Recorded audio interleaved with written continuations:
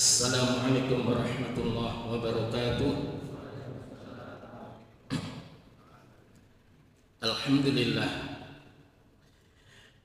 Alhamdulillahilladzi wassalla rabbuna 'alan nabiyil mustafa habibina Muhammadin wa 'ala alihi wa sahbihi wa man ittaba'a huda. Rabbi shrah li sadri wa yassir li amri wahlul 'uqdatam min lisani yafqahu qawli. Amma ba'd. Para jamaah sekalian rahmani wa rahmakumullah, alhamdulillah pada malam hari ini kita dihadirkan oleh Allah di tempat yang mulia ini untuk menjalankan rangkaian ibadah salat maghrib. Mudah-mudahan seluruh ibadah kita semuanya diterima oleh Allah Subhanahu wa taala. Salawat serta salam semoga senantiasa tercurahkan pada baginda Rasulullah Muhammad sallallahu alaihi wasallam, begitu juga keluarganya, para sahabatnya, dan kita selaku umatnya. Jamaah sekalian, bulan ini adalah masuk bulan Rabiul Awal, di mana ketika tanggal 12 Rabiul Awal manusia yang termulia yaitu Rasulullah Muhammad sallallahu alaihi wasallam dilahirkan oleh Allah Subhanahu wa taala. Mudah-mudahan kita ini menjadi pecintanya, kita ini menjadi pengikut terbaiknya, dan pada akhirnya kita nanti akan masuk surga bersama Rasulullah sallallahu alaihi wasallam. Di dalam Al-Qur'an, kalimat uswatun hasanah itu adalah 3 kali diletakkan oleh Allah. Yang pertama di dalam surah Al-Ahzab ayat yang ke-21, kemudian di dalam surah Al-Mumtahanah yaitu pada ayat yang ke-4, lalu kemudian di dalam surah Al-Mumtahanah pula di dalam ayat yang ke-6, kalimat uswatun hasanah. Di mana kalimat uswatun hasanah itu adalah disematkan oleh Allah kepada 2 nabi. Secara jelas namanya diterangkan oleh Allah dalam Al-Quran. Yang diletakkan kalimat uswatun hasanah itu adalah pada 2 nabi, yaitu Nabi Allah Ibrahim alaihissalatu wassalam, yang kedua itu adalah Nabi Muhammad sallallahu alaihi wasallam. Kalau kita lihat di dalam Al-Ahzab surah 33 ayat ke-21, A'udzu billahi minasyaitonir rajim. Laqad kana lakum fi rasulillahi uswatun hasanah liman kana yarjullaha wal yawmal akhir wa dzakarallaha katsira. Laqad kana lakum, sungguh telah ada bagi kalian fi Rasulillah, pada Rasulullah sallallahu alaihi wasallam, Rasulullah Muhammad sallallahu alaihi wasallam, uswatun hasanah, suri teladan. Bagi siapa Rasulullah Muhammad sallallahu alaihi wasallam menjadi teladan? Liman kana yarjullaha wal yawmal akhir, yaitu bagi siapa saja yang mengharapkan ridha Allah Subhanahu wa taala dan kehidupan akhirat yang baik, yaitu surga. Wa dzakarallaha katsira, dan bagi orang-orang yang senantiasa berzikir kepada Allah dengan zikir yang banyak. Itulah orang-orang yang akan memiliki semangat di dalam menjadikan Rasulullah sebagai uswatun hasanah, teladan baginya. Tidak setiap umat Rasulullah Muhammad mereka menteladani Rasulullah Muhammad sallallahu alaihi wasallam. Tidak pula orang yang mengaku sebagai umatnya Rasulullah Muhammad menjadi pecinta terbaik terhadap Rasulullah sallallahu alaihi wasallam. Ada orang yang menyatakan dengan lisannya aku cinta kepada Rasulullah, tetapi mereka sejatinya bukan pecinta Rasulullah sallallahu alaihi wasallam. Yang kedua, nanti saya akan jelaskan. Yang kedua, kepada Nabi Ibrahim uswatun hasanah itu disematkan, yaitu di dalam surah Al-Mumtahanah pada ayat yang keempat. A'udzu billahi minasy syaithanir rajim. Qad kanat lakum uswatun hasanatun fi Ibrahim. Al-ayat. Qad kanat, sungguh telah ada, uswatun hasanah, suri tauladan yang baik, lakum untuk kalian, fi Ibrahim, pada diri Nabi Ibrahim alaihissalatu wassalam. Sehingga dari keduanya itulah, karena keduanya itu diletakkan, disematkan kalimat uswatun hasanah, maka keduanya disejajarkan namanya oleh Allah dalam bacaan tasyahud kita. Allahumma salli ala Muhammad wa ala ali Muhammad kama sallaita ala Ibrahim wa ala ali Ibrahim. Para jamaah sekalian rahimani wa rahimakumullah, di zaman Rasulullah Muhammad sallallahu alaihi wasallam kala itu ada seorang yang ditanya oleh Rasulullah, yang bertanya kepada Rasulullah sallallahu alaihi wasallam, ya Rasul, kapan itu kiamat? Kapan itu kiamat? Maka Rasulullah sallallahu alaihi wasallam bertanya balik, berbekalan apa yang sudah kamu persiapkan? Kok kamu tanya kiamat? Emang kamu sudah punya perbekalan? Maka kemudian orang ini, sahabat ini, kelas sahabat, bukan tabi'in, bukan tabi'in, tapi kelas sahabat. Sahabat ini mengatakan, ya Rasul, aku tidak punya perbekalan apapun, kecuali aku hanya punya cinta kepada Engkau. Luar biasa. Aku ini tidak punya perbekalan apapun ya Rasul, tetapi aku hanya punya cinta kepada Engkau. Maka kemudian Rasulullah sallallahu alaihi wasallam menyatakan al-mar'u ma'aman ahab. Itu adalah diriwayatkan di dalam hadis Bukhari. Al-mar'u ma'aman ahab, yaitu seseorang itu nanti akan bersama dengan siapa yang dicintai. Orang itu kalau mencintai, katakan Mbak, anak-anak pesepak bola yang kalau kemudian ia mencintai Ronaldo, Cristiano Ronaldo, maka kemudian ada jersinya yang kemudian ada tanda Ronaldo, maka dia akan beli. Kenapa? Karena cintanya. Dia membayangkan kalau kemudian bintang idolanya itu kemudian dia bisa menjumpainya, bisa selfie bareng. Wah, itu kebahagiaan yang luar biasa. Apa yang kemudian terkait dengan Ronaldo, bahkan kemudian sampai potongan rambutnya itu kalau bisa ditiru, gaya-gayanya itu ditiru, bagaimana gojekannya itu ditiru, bagaimana setelah mengegulkan ditiru. Begitu banyak bintang-bintang sepak bola itu yang kemudian mengikuti gayanya Ronaldo itu. Kenapa? Mereka menjadikan Ronaldo itu idola. Pertanyaannya, sudah seberapa jauh kita mengidolakan Rasulullah sallallahu alaihi wasallam? Sudah seberapa jauh kita tersebut mencintai Rasulullah sallallahu alaihi wasallam? Sedang Nabi mengatakan al-mar'u ma'aman ahab.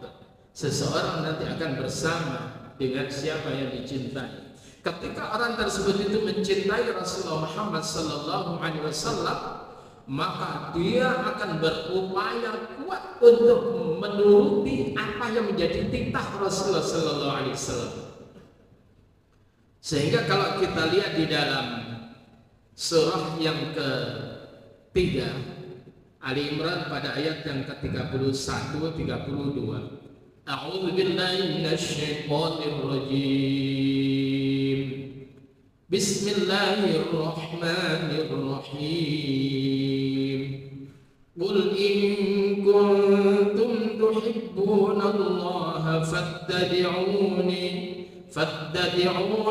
yuhibbukumullahu wa yaghfir lakum dzunubakum. Luar biasa itu.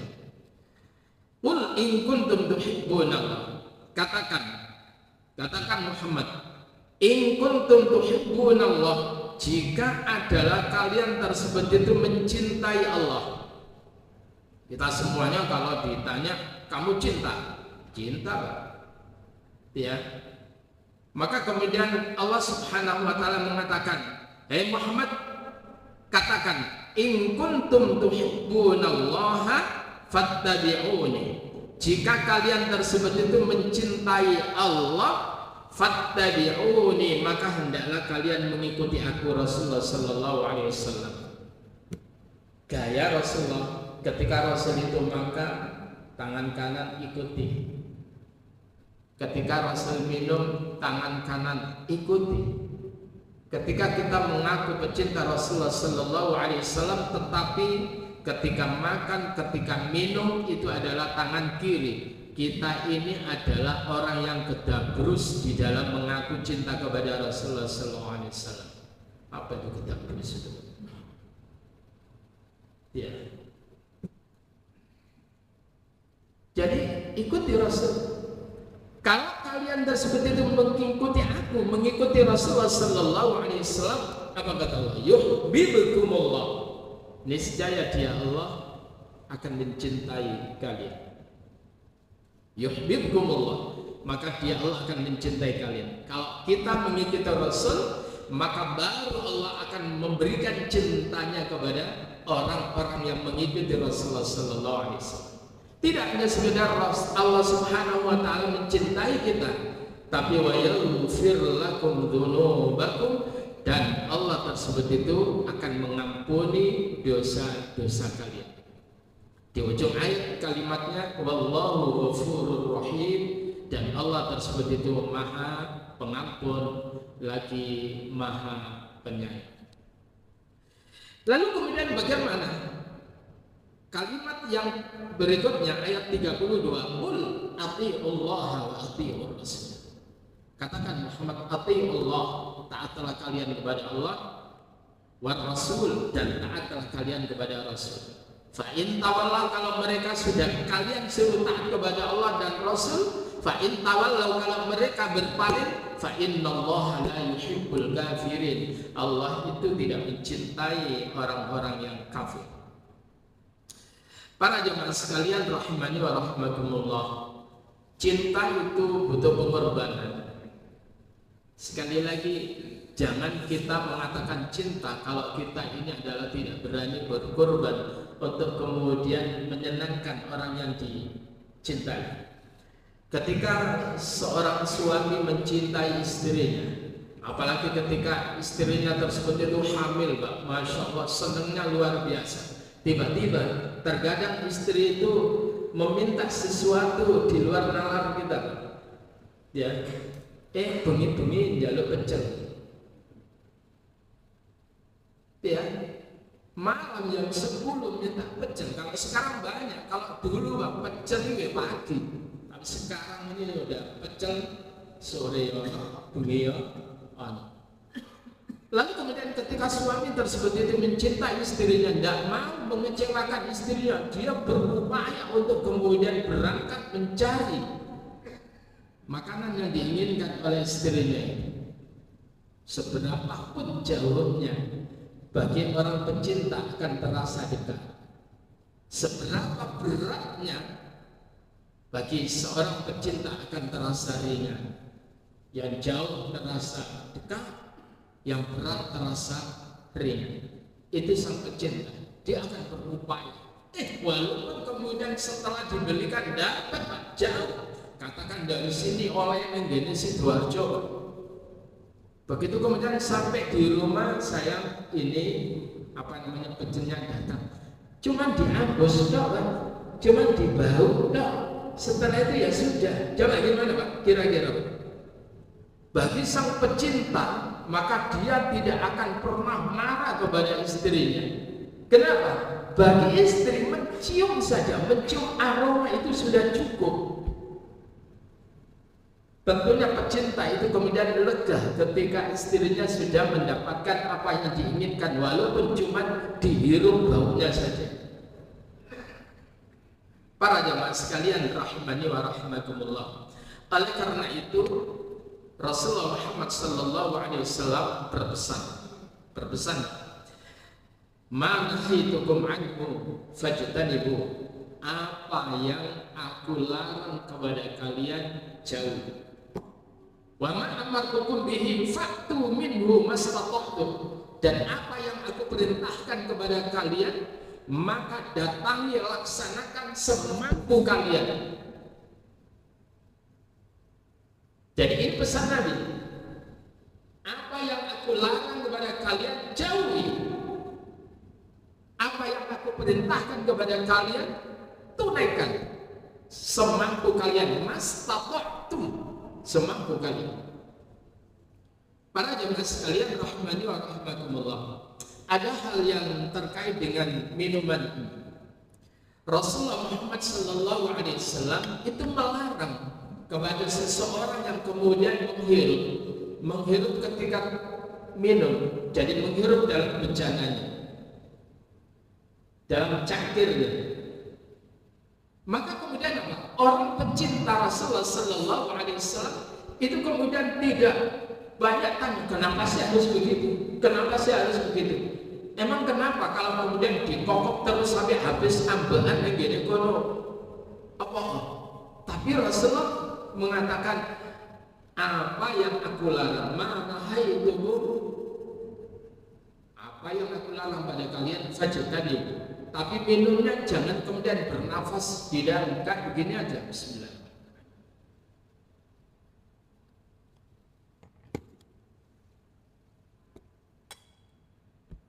Baru kemudian dalam penelitian, seorang medis itu kemudian mengadakan penelitian, oh ternyata dampaknya demikian.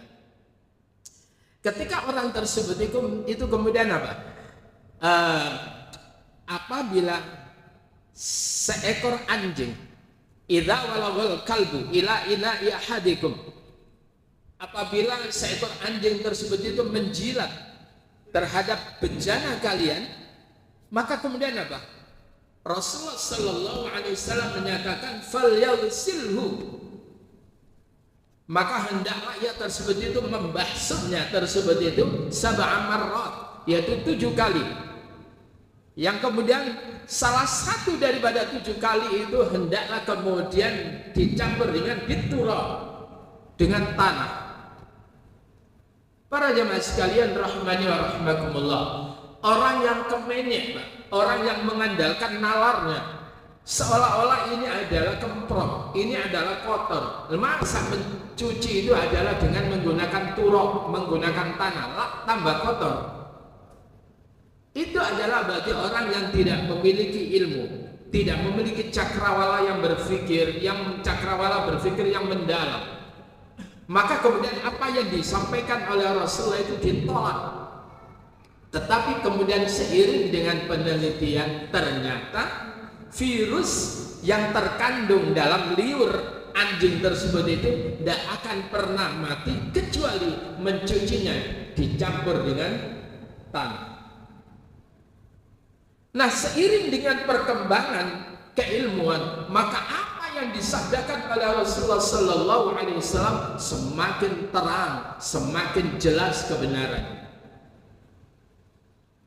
Para jemaah sekalian rahimani wa rahimakumullah. Begitu juga kemudian coba ketika orang tersebut itu makan. Maka kemudian Rasulullah sallallahu alaihi wasallam mengajarkan ketika makan tersebut lalu kemudian dijilatin apa yang kemudian ada dalam jari jemarinya. Baru kemudian keilmuan menerangkan ternyata dari celah-celah pori-pori daripada jari itu kemudian mengeluarkan enzim, dan itu kalau dijilat lalu kemudian akan mempermudah daripada pencernaan. Itu luar biasa. Kita kok deso mangan ambe molok-molok ngono itu. Saya itu Pak seneng molok daripada sama sendok. lek mangan kolok ya susah. Ya. Jadi apa yang disabdakan oleh Rasulullah itu luar biasa.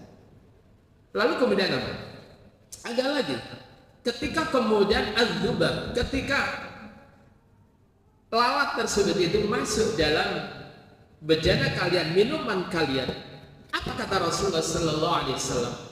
Falyalmishu, maka hendaklah dia benamkan, didelepke, hendaklah didelamkan, dibenamkan. Kenapa? Ditenggelamkan. Karena ketika lalat tersebut itu masuk, maka kemudian sayap yang tenggelam itu adalah sayap yang kandungannya penyakit ya. Lalu kemudian sayap yang kemudian berikutnya yang kita benamkan itu kandungannya dawa syifa. Para jemaah sekalian, tahukah kita yang meneliti ini adalah orang dari Denmark? Orang Islam itu kemudian boleh liane lah, tapi kemudian tidak yakin dengan itu. Orang Denmark itu Pak, itu kemudian ternak lalat, bukan BSF, bukan Black Soldier Flying, bukan sejenis itu. Tapi memang lalat biasa itu, lalat yang keliaran itu. Itu kemudian dia ternak Pak, lalu kemudian nanti sayap bagian kanan itu yang dipotong dan kemudian setelah itu dikelola dan itu menjadi penawar penyakit.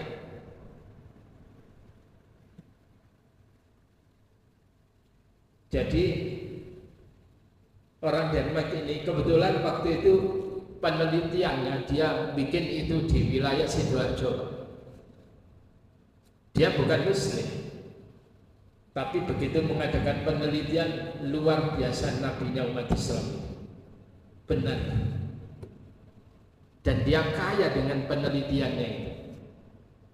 Kita yang punya Rasulullah Muhammad terkadang kemudian masih mikir-mikir, padahal kalau dibacakan sabda Rasulullah itu ngomongnya sadaqallahu wa rasuluh, maha benar Allah dan Rasulnya ketika dibacakan Al-Quran dan Al-Hadis. Tetapi dalam kenyataannya kita masih ragu, tidak yakin dengan itu. Maka kemudian Ali bin Abi Thalib itu adalah ketika berbicara tentang masalah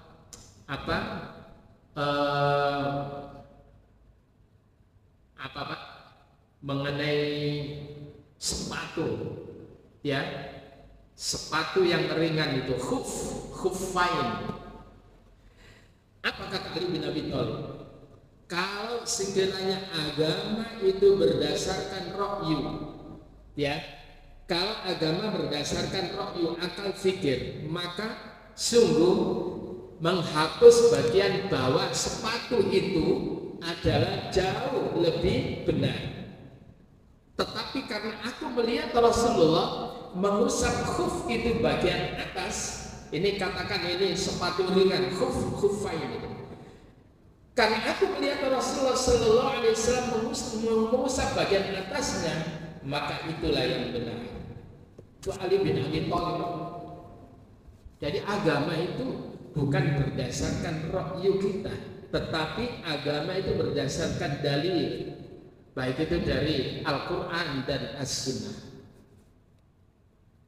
Para jemaah sekalian rahimani wa rahimakumullah. Jadi Rasul itu pesan, wa ma nahaitukum anhu fajtanibu wa ma amartukum bihi fatu minhu mastata'tum. Di ujung kalimat itu dikatakan, fa inna ma ahlakal ladzina min qablikum, sesungguhnya hancurnya umat-umat terdahulu sebelum kalian. Kenapa Pak?